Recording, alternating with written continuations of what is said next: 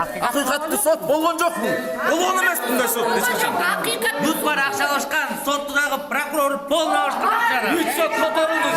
Белгилей кетсек, 11-октябрь күнү Токмок шаардык соту мындан 3,5 жыл мурун 1987 жылы туулган жаранды Чүй областындагы Кегети Капчыгайына мыкаачылык менен өлтүрүп, өз авто унаасына өрттөп салган деп шектелген Бурулсун Чылпакбаева жана анын инисин актап эркиндикке чыгарган. Мындай чечимге жабырлануучу тарап нааразы болуп, 2016 жылы уулумду өлтүрүп, өрттөп салган шектүүлөргө сот адилетсиз чечим чыгарды деп Токмок шаарынын тургуну Гүлмира Жаркынбаева жана анын жакындары акыйкаттык издеп коомчулукка кайрылган. Ошондой эле уулунун өлүмүнө шектүүлөрдүн иши кайра каралуусун өтүнүп, президентке жана бийлик өкүлдөрүнө кайрылуу жолдогон.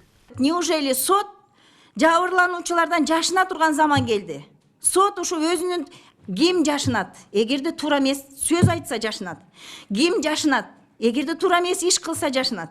Сот деген ушул адилеттүүлүктү чечип, элге туура багыт бере турган орган болгондугуна байланыштуу биз муну бүгүн такыр күткөн эмеспиз. Айыптоо соттолуучулардын адвокаттары, туугандары бизге үй алгыла, акча алгыла деп бир нече жолу келишкен.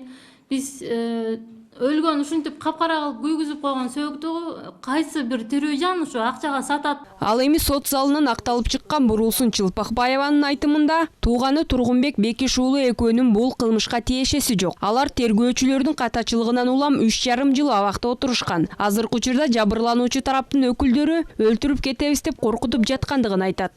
Сот залынан айтты, баары замаскаланган, оңдолгон деп. Ошону карабастан башкы прокуратуранын прокурору окубастан ишти тергөөчүнүн жазганына ишенип эле бекитип койгон, кол коюп койгон. Самосуд кылабыз, өзүн өлтүрүп өртөп кетебиз деп айтышты. Азыр мен эми ооруп, даже азыр мен докторго чыга албай атам, үйдөн чыга албай атам коркконуман. Кимге кайрылып эмне кылышта билбей отурам. Күнөөм жок болсо, ак болсо, эмне үчүн мен көчөгө чыга албашым керек? Бурулсун Чылпакбаеванын жактоочусу Лилия Жолдошбек кызы сот адилеттүү чечим чыгарды. Жабырлануучу тарап Чылпакбаевага жана анын инисине жалаң эле божомолдордун негизинде айып коюп келген деген пикирин билдирди. 11-октябрь 2019 жылы Чылпакбаева Бурулсун Бекишина жана Бекиш уулу Тургунбек Дүйшеналиев Жакшылык Мусакановичти өлтүрдү деген өзгөчө оор айыптар боюнча Токмок шаардык соту тарабынан далилдер жок болгондуктан толугу менен акталып сот залынан камактан бошотулган. Ал эми каза болгон жарандын апасы Гүлмира Жаркынбаевага байланышка чыкканыбызда Чылпакбаеваны коркутуп жатат деген билдирүүсүн четке какты. Айтымында алар ушул күнгө чейин мыйзам чегинде гана иш алып барып келишет. Эгер коркутуу боло турган болсо ошол өлтүргөн күнү, өлтүргөн айда, өлтүргөн жылы деле коркутпайт белек. Законду бузган эч нерсе жазган жокмун Чылпакбаева. Хотя бул соттагы мойнуна илти 166-статьянын белгилери толук бар.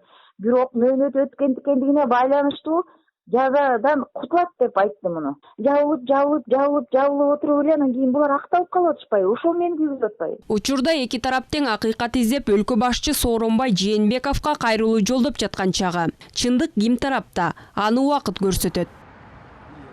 Тазагүл Эмилбекова, Жолболду Байсаев, Нью ТВ.